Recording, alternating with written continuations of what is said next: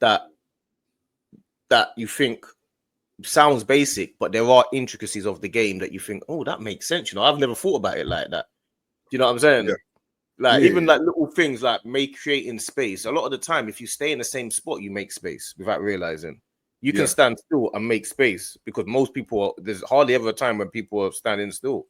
Because the game's not static, so people are moving all the time. So people are constantly moving. So if you stand still, more often than not, you're going to create space by standing still. That's what a lot of people probably don't realize. So when I used to hear people saying, "Oh, this guy's not running," I'm like, "Bro, you don't understand.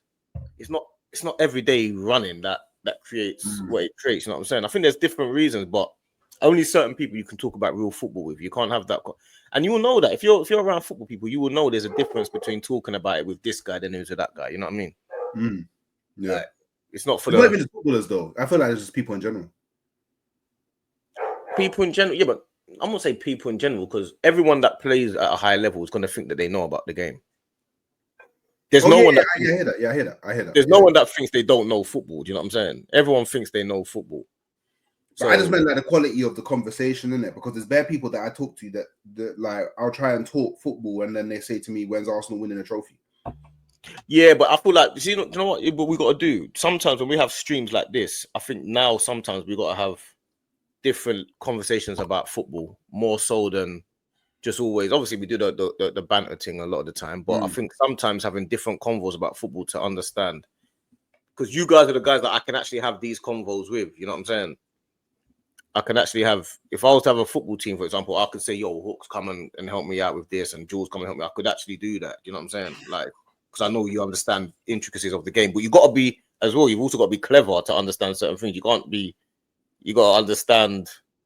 You know what I mean? Like nuances and intricacies and all that as well. You can't just be a dumb guy and understand football. It's not as simple as that. But Arteta, I think, is a clever guy. He's a very smart guy. Yeah. Pep, Arteta, them guys are clever guys. When you watch Thomas Frank, we see him as one of the most basic football managers. If you hear him explaining the game, you will think he's a genius. He's a proper technical. He's a proper technical. You know what I mean? And he's a basic manager that we look at the way his team play. But there's no basics to how he plays. No. This is why I said to George. That's why I said from the jump, that's an amazing appointment for Spurs. Yeah, definitely. Just because of how intelligent, like, you just have to listen to him speak, and then you just know certain things from hearing someone speak, and the way he speaks. Yeah, Tottenham are going to be do you know what? Yeah. Well, I don't hope, because obviously it's Tottenham, so I hope that they crash and burn. But if I was a Tottenham fan, I would hope that Frank is the manager that they kind of do what Arsenal did with Arteta. Like, yeah, cool. Firm the darkness because we're planning to get somewhere. Like, do you know what I mean? Because he's someone that can fully do that. So, yeah, man, we'll see. And I guess, like, I guess Amorim is very similar. He's clever, but if you watch, what they started doing on Sky Sports is when they started doing the Monday Night Football, but they started getting everyone else on. You know, when they started getting lots of different managers on to explain like their theories and stuff like that, and you realize, even when you hear Sean Dyche, you realize, wow, this guy understands little stuff that you probably wouldn't even have thought about. Like it's a real technical game, so I can't even imagine what you did. Like Pep, if you think to work for Pep, you would have to be. You're probably in the classroom more than you are on the football pitch. Yeah. I think you actually have to be like insane to be a football manager to some sense. Like, because a guy like Pep, he doesn't sleep, like he doesn't not work. Like, I reckon he's gone home, he's sat there, he's probably got his laptop, probably got his books in front of him, he's thinking tactics. He's probably at home, he's with his family, but man's got like a little game on, just watching somebody doing some analysis. Yeah. Like, you've got to be literally an insane guy to just know that this is clockwork every single day, just thinking football tactics, improvement, optimizations, just constantly trying to find new ways to get better. And do you know when you talk about the over-analyzing, I feel like football is over-analyzed because of managers like Pep who've come in and have been so committed to the game, so committed to finding any nuances and intricacies into how he can improve his team. He's made it that you have to over-analyze because he's that good. Every manager has to over-analyze City, all the little things that City are doing, because every year they're improving, every year they're doing something different. He's always innovating, so you have to overanalyze to keep up with what he's doing. You know what, Jules? What you're saying is so key. What you said there, because when we went to I did my UEFA license, yeah. For the first in the morning, you're in the classroom all morning, innit? You're only going. I've done it. Yeah, you're in the classroom. You're for like 3 hours, 4 hours. Hours. You're in a classroom for hours. You're not on the pitch until after lunch. You're thinking, what, bruv? Can't be doing. But then what happens is, yeah, when you say what you said about what you saying, my bro? When you said about the over analysis, Jules, yeah, that's why you were so right, yeah, because what Pep started doing, yeah, he changed the game, because not only did he change the game into attacking, he changed the game with defending, because he decided that keeping the ball was the best form of defense. Yeah. Because if you don't have the ball, you can't score goals. And that is what made other teams, like, you keep playing against a Pep team and you keep the ball for the whole because when you're at Barcelona, you couldn't get the ball from them for time. You lose the ball. You lose the ball for about. You won't have the ball for 5-10 minutes, and once you get the ball back, you're rushing now. You're rushing now. That's why Pep said he had a 7-second rule, that if you lose the ball, I want it back within 7 seconds. Once he gets that ball back, and you can't have that ball for minutes, you don't even remember what it's like to have the football. But do you know what it is? Yeah. Do you know what it is? Yeah.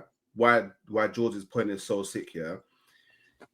Pep made it so other managers had to overanalyze the game. But where I feel like a lot of managers kind of went left is they tried to be like Pep, opposed to overanalyzing their own idea and improving that.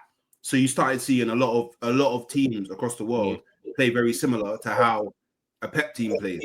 Yeah, but that's because he was the best in it. So like in football, you see that it always goes like that. That's why football goes in waves. So whatever the best person's doing, everyone's gonna try and emulate that and try and replicate it, because they feel like that's the formula to be successful. Like when football had their 3 at the back wave, then it was a 4-4-2 wave, then it was a 4-2-3-1 wave.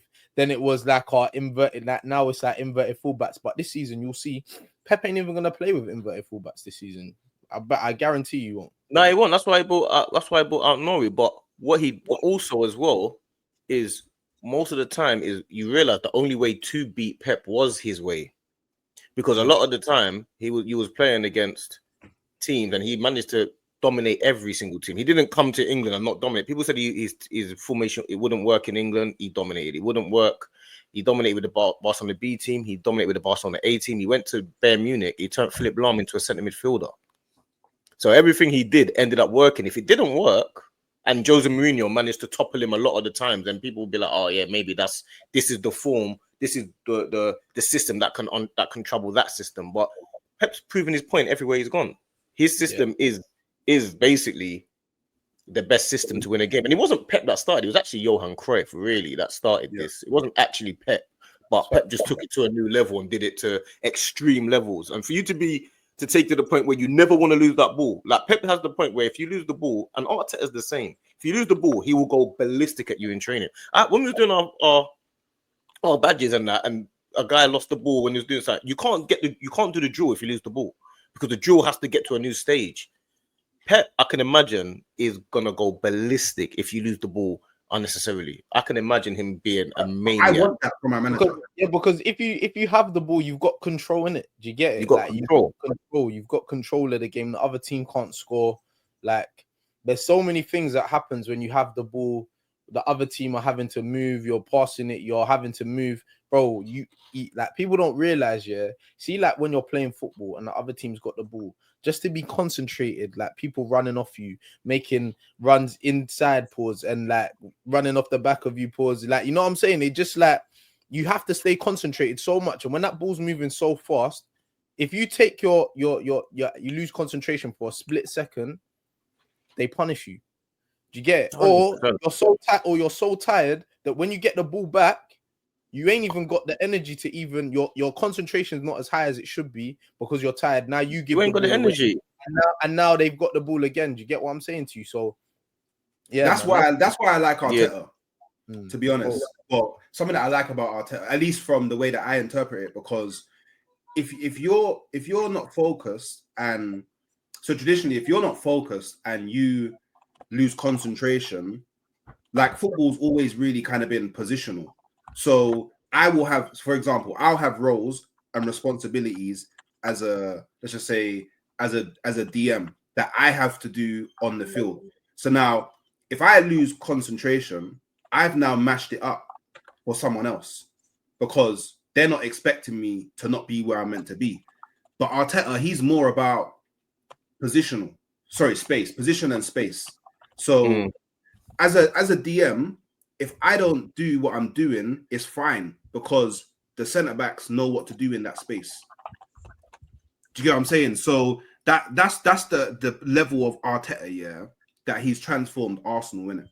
It's just the problem that we have, and I guess where the conversation kind of gets dumbed down to sometimes is we haven't got over the line. But if we got over the line, so let's just say every season we won something, nothing else changed, we just won something, people will be calling Arteta already one of the best managers in the world. Yeah, definitely. But me personally, I know people can clip it or whatever. I generally right now believe he's one of the best managers in the world already. And I think, yeah, definitely. And I think there's a difference between winning, yeah, because obviously you have to win to be one of the best, to be regarded as one of the best managers in the world. But what I'm saying the way what he does, what he's created, and how our team plays, he's created one of the best football teams in the world. That's whether fine.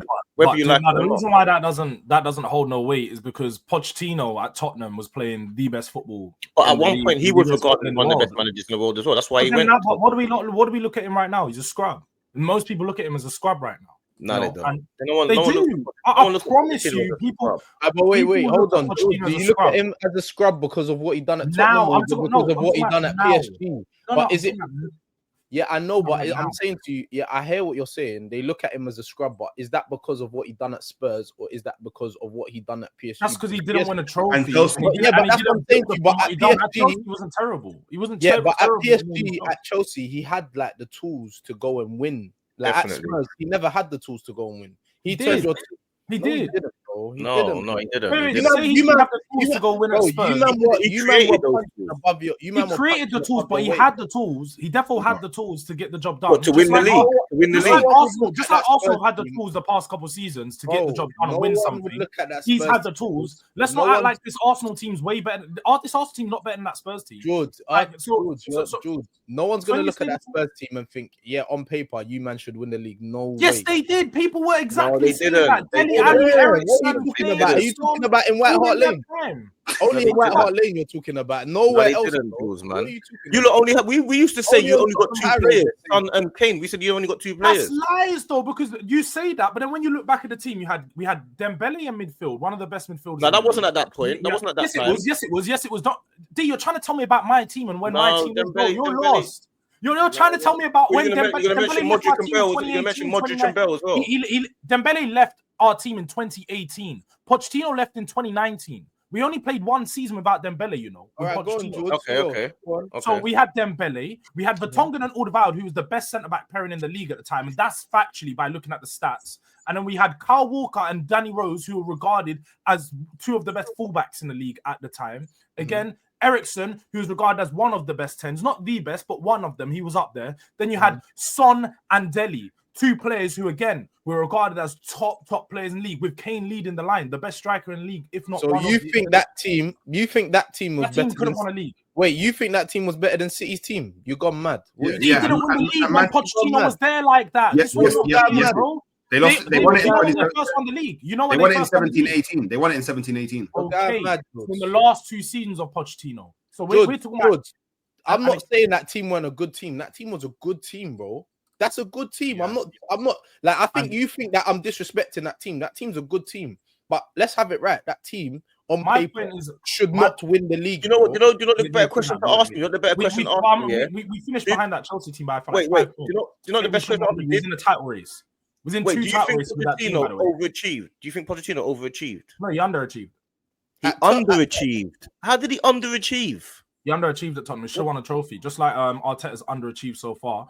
He should have won a trophy. Arteta's won a trophy. All right, but in the last 5 years since then, he's been underachieving. That suits your argument. But what I'm saying is, I've never heard people say Pochettino underachieved. You're saying you never heard that. Ask all Spurs fans; they'll tell you that he did underachieve. He should have won a trophy with that team. There's no excuse. But winning a trophy and winning the league is two different things, though. No. But SB, now you're having two different conversations because you just said did he underachieve? He needed to win a trophy to achieve to achieve his goals. He didn't win a trophy. That's why he got sacked. So he did underachieve. But I'm just talking about what you said on the original point. That man, look at Pochettino. I think they did. A lot of people look at Pochettino as a scrub, not because of what he done at Spurs. It's because not because of he got to the highest level because of what he done at Spurs. That's why nobody regarded him just because their team played. Just because the team played good football, nobody regarded him as one of the world's best managers because he didn't prove it by actually winning stuff. The difference is that to be the top manager and be one of the best managers, you have to win something because there's intangibles that come into place in winning. If you don't win, just like Arteta hasn't for so long, you can't be regarded as better than a manager like Emery who wins consistently. Okay, let me give you an example. Yeah, Marcelo Bielsa is regarded as one of the greatest managers. He's not by managers. My other managers rate him. Other managers rate him because he's innovative. Why do you think they rate him? Because he's... Bro, what are you saying? Bielsa is a player... Because he was innovative, because he made his own way of playing football. He brought a new style to the game, like full court press in an attacking style. That was innovative. But to say that he's one of the best... He's one of the best. Lies. It's lies, though. He scored in the Premier League and he underachieved with Leeds. He got relegated with Leeds. Bro, because he's managing Leeds and he's trying to do something. He got relegated with Leeds. Yeah, he got relegated, bro. He got relegated with Leeds. Leeds had a good team. They had Rafinha in them, man. They had a good team, you know. Who brought them up? Leeds have a good. Wait, who brought them up? He brought them up and then took them back down. He took how many years to bring them back down, up and then went straight back down with do you know his football was regarded as rubbish football in the Premier League because everybody knew that once you got to January, February, his team was done, and that's what exactly happened. But you got to take risks. Things happen, innit? Things happen, but people regard Bielsa as one of the forefathers of football. They regard him as one of the highest levels of football manager. The only people that don't rate him are people that are saying that you didn't win stuff or you were... Bielsa decided to go and manage Leeds. He didn't have to manage Leeds. He could have managed any club. No, he couldn't. No big clubs wanted him. Why did no big club come in for him when he left? Bielsa doesn't. Bielsa lives in a... Do you know what he's... Don't tell me where he lives, how big his house is. I don't care. I don't care. That doesn't make him a good manager. No, I'm going to explain something to you about him as a human being. I'm going to say, do you know that he lives in like a little hut and stuff like that? He drives like an old car. Do you know what his history is about? What is that? Where's the relevance? I'm saying that was his way of thinking to go and manage smaller clubs. He's always been like that. That's what he liked to do. Okay. But you're saying that no one regard. Why do you think people regard him as one of the highest managers? No, what you're saying, because basically what you're saying to me is just like, let's just say Glenn Hoddle. You look back 20 years, Glenn Hoddle didn't have a great managerial career, but people regard Glenn Hoddle as one of the forefathers of English football in being a tactical genius because he's one of the first managers to play attacking fullbacks back in 2000. When everyone's playing 4-4-2, he's going 5-3-2, 3-5-2. He's playing attacking fullbacks. He's considered as one of the most innovative tactical managers from back in those days for being one of the first managers to do it. But don't make him a good manager because he never succeeded. He never succeeded. He was regarded as one of the best England managers.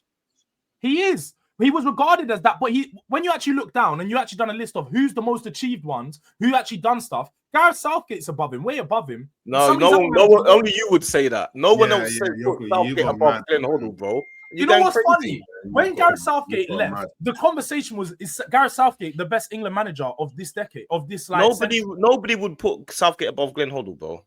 No one. What? Nobody would. You actually believe that? You actually think Southgate's not above Hoddle? No one would put Southgate above Hoddle. Literally achieved the highest you could with England for the last 56. Bro, what do you mean? What are you saying? Nobody would put Southgate above Hoddle, bro. No, but I hear for his achievements. I hear what Jules is saying because there has to be a balance to both of your arguments. You get me? I think both of you are saying things, but there has to be a balance between both, innit? Because being innovative and doing it to a certain level is going to make you considered like as a proper good coach, innit? But then obviously the next stage is making sure that you use that innovativeness to make sure that you win innovation, whatever. You use that to make sure that you go and win a trophy. Do you get it?